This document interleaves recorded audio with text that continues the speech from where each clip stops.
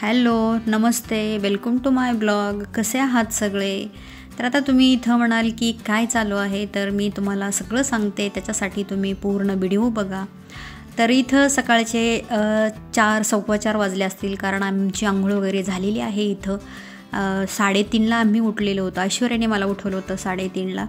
तर इथं पुरणाचा स्वयंपाक चालू आहे. साईडला ऐश्वर्या कटाची आमटीचं मसाला भाजायला ठेवलेला आहे. भज्याची ती तयारी करत आहे. गुळवणी ठेवलेला आहे मधल्या गॅसवर, आणि एक कुकरमध्ये पुरणाची डाळ म्हणजे हरभऱ्याची डाळ लावलेली आहे. साईडला मी कणिक मळत आहे. तर कणकेत थोडंसं मी हळद, मीठ आणि तेल घालून कणिक भिजवून घेणार आहे. तर जो आषाढ महिन्यात कुलदेवीचा जो मान असतो, तर तो देण्यासाठी आम्ही आज जाणार आहोत आमच्या कुलदेवतेला. तर त्याच्यासाठी आम्ही इथं पुरणाचा स्वयंपाक करत आहोत. त्याच्यासाठी लवकर उठून इथं आम्ही स्वयंपाकाची तयारी करत आहोत. तर बघा, मी इथं पोळ्यांसाठी जी कणिक असते तर ती भिजवून घेतलेली आहे, आणि घट्ट छान असा, एकदम घट्ट असा हा गोळा तयार करून घेतलेला आहे. तर त्याच्यातला जो अर्धा गोळा आहे, तर तो मी आमच्याकडे दिवे करतात याच्यासाठी, तर दिवे करण्यासाठी आणि त्याच्यातलेच अजून रोट असतात मसोबासाठी, तर ते करण्यासाठी मी अर्धी कणिक काढून ठेवलेली आहे. आणि हा जो पोळ्यांसाठी लागणारी कणिक आहे, तर ती मी पातेल्यात पाणी घेऊन त्याच्यात पूर्ण कणिक भिजेल इतपत अशी तिला मी बुडवून ठेवलेली आहे. आणि हे आता अर्ध्या कणकीचे मी दिवे आणि रोट करणार आहे. तोपर्यंत इथं कुकरमध्ये डाळ शिजलेली आहे, तर ती मी पूर्ण डाळ येळून घेतलेली आहे, म्हणजे त्याचं जो येळवणी आहे ते काढून घेतलेलं आहे. आणि आता ती डाळ त्याचं पुरण करून घ्यायचं आहे. जेव्हा तर आपण मग देवीला मान देतो, तर जी परंपरा आहे पहिल्यापासून जी चालत आलेलं आहे, तर ते आपल्याला करावं लागतं. म्हणजे जेवढं शक्य आहे तेवढं आपल्याला करावं लागतं. म्हणजे की तिथं आता शेजारी कुठे मसोबा किंवा इतर काही देवी असतील तर त्यांना पण मान द्यावा लागतो. त्याच्यासाठी मी ते रोट वगैरे म्हटले ना, तर ते मसोबासाठी रोट असतात आमच्याकडे. अंडा आणि रोट मसोबासाठी ठेवतात. तर असं कोणाकडे करतात सांगा. आणि बघितलं का, तर किती अंधार होता बाहेर. तुम्हाला मी फक्त दाखवलं की अंधार किती आहे तो. आणि इथं साईडला पुरण परतत आहे मी, आणि ऐश्वर्याने हिरव्या मिरच्याची छान मस्त अशी कटाची आमटी तयार केलेली आहे. तर तुम्हाला याचा कधीतरी मी पूर्ण व्हिडिओ रेसिपी शेअर करेल. ऐश्वर्याने तोपर्यंत हे दिवे तयार करून घेतलेले आहेत, आणि कुकरमध्ये भात ठेवलेला आहे, तर त्याच्यावरच हे दिवे आहेत ते मी उकडून घेणार आहे. कारण हा भात जवळजवळ शिजत आलेला आहे, बराच वेळ झालं ठेवलेला होता उकळायला. तर फक्त एक शिट्टी काढून घेणार आहे. आणि हे दिवे छान काढता आले, कारण त्या दिवशी मी भातात पुरणाचे पंचमी दिवशी उंडे टाकले होते, तर ते काही निघाले नव्हते, ते फसले होते. पण हे दिवे छान निघाले होते. तर त्याच्या आधीचा हा व्हिडिओ आहे. पुरणाचे हे व्यवस्थित निघाले म्हणूनच मी पुरणाचे दिंडे जे आहेत ते भातात टाकले होते, तर ते चुकून झालं होतं. तो पण व्हिडिओ आहे, तर तो पण तुम्ही बघू शकता. आणि एक शिट्टी करून घेतली हे दिवे भातामध्ये घालून. तोपर्यंतही बघा, हे कणिक आहे पोळ्यांची, ती पण छान भिजलेली आहे. की कमीत कमी आपल्याला 15-20 मिनटं अशी पाण्यात ठेवायची आहे. जास्त तर घट्ट असेल तर तुम्ही अर्धा तास ठेवली तरी पण चालेल. आणि नंतर तिला पाण्यातून काढून मी अशीच चुरून घेतलेली आहे. हिला कुठलंही परत पाणी लावलेलं नाही आहे मी. मग ती पोळ्यासाठी छान तयार होते कणिक. आणि बघा, दिवे आणि भात दोन्हीही उकडलेलं आहे. आणि इथं ऐश्वर्या जे छोटे छोटे नैवेद्य असतात ते आजूबाजूला आम्ही म्हटलं ना, जसं आपण सगळे परंपरा करतो तर त्याच पद्धतीने करायचं आहे. त्याच्यासाठी हे छोटे छोटे जे नैवेद्य आहेत ती पूर्ण भरून घेत आहे. जे काही केलेलं आहे ते सर्व त्या नैवेद्यावर घालायचं आणि ते पण घेऊन जायचं. साईडला मी माझ्या पोळ्या चालू आहेत. तर पोळ्यात पूर्ण कणकेत हळद टाकल्यामुळे पोळ्यांना छान कलर आलेला आहे. तर तुम्ही असं करून बघा, नक्कीच तुम्हाला पण आवडेल. आणि पोळ्या पुरण छान, कणिक छान असेल तर पोळ्या एकदम छान होतात. आणि माझ्या पण पोळ्या छान टम्म फुगल्या होत्या. तर हे जो स्वयंपाक आहे तर तो आम्हाला सगळा पूर्ण स्वयंपाक जो आहे तो भरून घेऊन आम्हाला निघायचं आहे. तर निघायला आम्हाला जेवढं शक्य आहे तेवढं लवकर निघायचं होतं. त्याच्यासाठी आम्ही लवकर उठलो होतो, कारण प्रत्येक देवाला जायचं म्हटलं की हा जो पुरणाचा पूर्ण स्वयंपाक असतो तो भरून घ्यायचा डब्यात.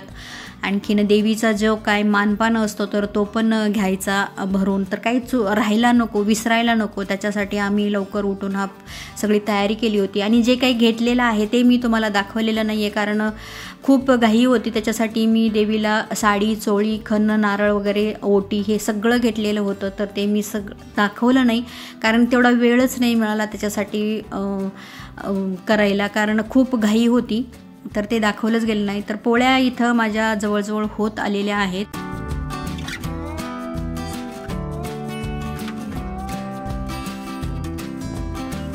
पोळ्या झाल्या आणि सगळं ऐश्वर्याने भरून घेतलं आणि खूप घाई गडबडीत भरून घेऊन आम्ही फायनली निघालेलो आहे. आम्हाला 7ला निघायचं होतं, पण आम्हाला जवळजवळ 8:30 वाजले निघायला. तर थोडा उशीरच झाला, कारण पुरणाचा स्वयंपाक करायचं, किती म्हटलं आवरायचं तर इतकं आवरत नाही आहे.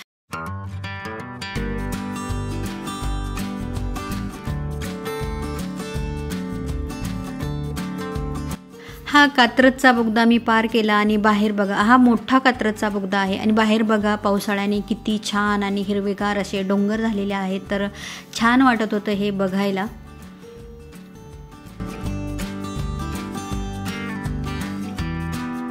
आणि आता आम्ही इथं थांबलेलो आहे कैलास भेळ फूड कोर्टला, कारण घरातून आम्ही काही नाश्ता वगैरे करून काहीच निघालेलो नव्हतो, तर असंच निघालेलो होतो. तर हे बघा फूड कोर्टमध्ये पूर्ण मॉलसारखंच आहे. फ्रूट्स आहेत, बाकीच्या जे त्या बरण्यांमध्ये तीळ, गूळ, काही असं वेगवेगळे पदार्थ आहेत. साड्यासुद्धा या कैलास फूड कोर्टवरती आहेत. तिळपट्टी, गुळपट्टी, खोबरापट्टी, जवसपट्टी हे असे वेगवेगळे प्रकारचं भरपूर काही असं इथं म्हणजे मॉलसारखंच होतं. आणि हे आहे कैलास भेळ फूड कोर्ट आणि त्याच्यात आम्ही गेलेलो आहे.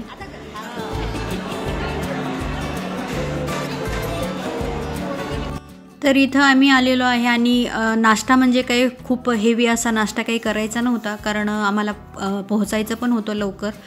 तर इथं आम्ही फक्त एक वडापाव घेतला. तर मी तर त्याच्यात काहीच खाणार नव्हते, कारण मला सवाष्णी जेवल्याशिवाय मी काही खाणार नव्हते.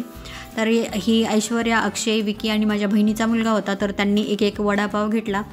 ऐश्वर्याने इथं हे बदाम शेक मागवलेलं होतं आणि आमच्यासाठी अक्षय चहा घेऊन येणार होता. तर आला अक्षय, पण तोपर्यंत चहा घेऊन आला. मी, विकास आणि माझ्या बहिणीचा मुलगा आम्ही 3 जण चहा घेणार होतो, तर चहा पण आला.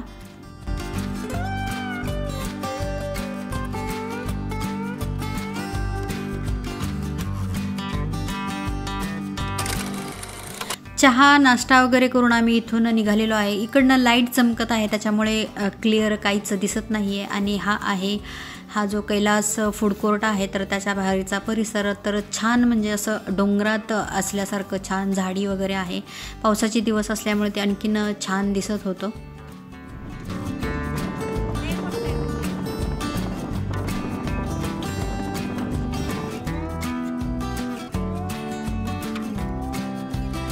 आणि तिथून थोड्याच अंतरावर हे आत्ता नवीनच झालेलं हे एक त्रिमंदिर आहे. तर हे आतून मंदिर अतिशय सुंदर आहे, पण मी हे तुम्हाला रस्त्यावरूनच दाखवत आहे. जर मला कधी वेळ मिळाला किंवा कधी मला योग आला तर याचं मी तुम्हाला आतून दर्शन नक्कीच घडवेन.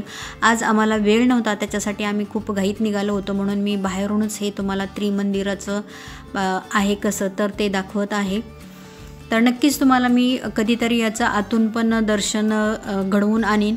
तर हे कोथरूडला आहे, मला असं वाटते कोथरूडला हे मंदिर आहे. आणि आता तिथून पुढं आम्ही शिरवळ लोणंद रोडवरून चाललेलो आहे. तर बघा इथं हे जे धरण आहे तर ते वीर धरण आहे, तर त्याच्या साईडहून आम्ही चाललेलो आहे. वीर धरण फलटण तालुक्यातच आहे, सातारा जिल्ह्यात आहे हे वीर धरण, तर त्याच्याच कडेने जात आहे. तर आमच्या गावी जायला पण हा रस्ता आहे, तर तिकडेच आमचं कुलदैवत आहे, तर आम्ही त्याच दिशेने चाललेलो आहे. तर काय कुलदैवत कुठलं आहे तर ते तुम्हाला थंबनेलवर तुम्ही त्याचं नाव बघितलंच असेल. भिवाई आणि धुळोबा हे 2 कुलदैवत आम्हाला आहेत आणि बिरोबा पण आहे. तर आत्ता आम्ही निघालेलो आहे. तर हे बघा वीर धरण. तर गाडीतूनच मी हे सगळं शूट केलेलं आहे, त्याच्यामुळे खूप फास्ट झालेलं आहे. इथं थोडंसं जवळून तुम्हाला दिसत असेल, तर थोडी अक्षयने 1-2 मिनटं गाडी थांबवली होती, तर ते मी थोडंसं घेतलं. तर फायनली आम्ही आलेलो आहे आमच्या देवीजवळ, म्हणजे कांबळेश्वर गाव, तालुका फलटण आणि जिल्हा सातारा या ठिकाणी. आणि कुलदेवीचं नाव आहे भिवाई देवी. तर हे आहे म्हणजे भिवाई देवीचं मंदिर. तर हे 7 जणी बहिणी आहेत. हे 7 जणींचे आतमध्ये फोटो आहेत. गाभाऱ्यात बायकांना जाऊन नाहीत देत, कारण गर्दी होती, आषाढ महिना होता त्याच्यामुळे गर्दी पण खूप होती. आणि माझं हे सगळं झाल्यानंतर मी इथलं थोडंसं शूटिंग घेतलेलं आहे, कारण देवदेव करताना व्हिडिओ काढता नाही आला मला, त्याच्यासाठी नाही काढला मी. आणि नंतर बघा हे मी शूटिंग घेतलेलं आहे. नीरा नदीच्या काठावर हे सुंदर असं मंदिर आहे, तर ते वसलेलं आहे. तर ही आहे नीरा नदी. खूप छान निसर्गरम्य असं हे मंदिर आहे. आणि खूप म्हणजे हे धनगर आणि मला वाटते गवळी समाज यांच्यासाठी ही कुलदैवत आहे असं मानलं जातं. तर हे नदीच्या पलीकडचं कांबळेश्वर आहे. आणि हे जे चांडाळ चौकडी म्हणून जी वेब सिरीज होती ना, तर ती इथंच शूट होत होती. तर नदीच्या अलीकडे एक कांबळेश्वर आणि नदीच्या पलीकडे एक कांबळेश्वर, असं म्हणजे की नदीमध्ये आहे. तर गाव आहेत हे दोन्ही. तर एकदम नदीच्या कडेला हे गाव आहे आणि तिथंच ही भिवाई देवीचं मंदिर आहे. तर इथं येऊन आपण आपल्या कुलदेवतेला म्हणजे जे काही मानपान असतो तर तिचा तो द्यायचा असतो. साडी चोळी किंवा खण नारळ सवासणी वगैरे घालायच्या. तर इथं बघा बायका भरपूर या नदीत आंघोळ करतात आणि नंतर मग देवीच्या दर्शनासाठी जातात.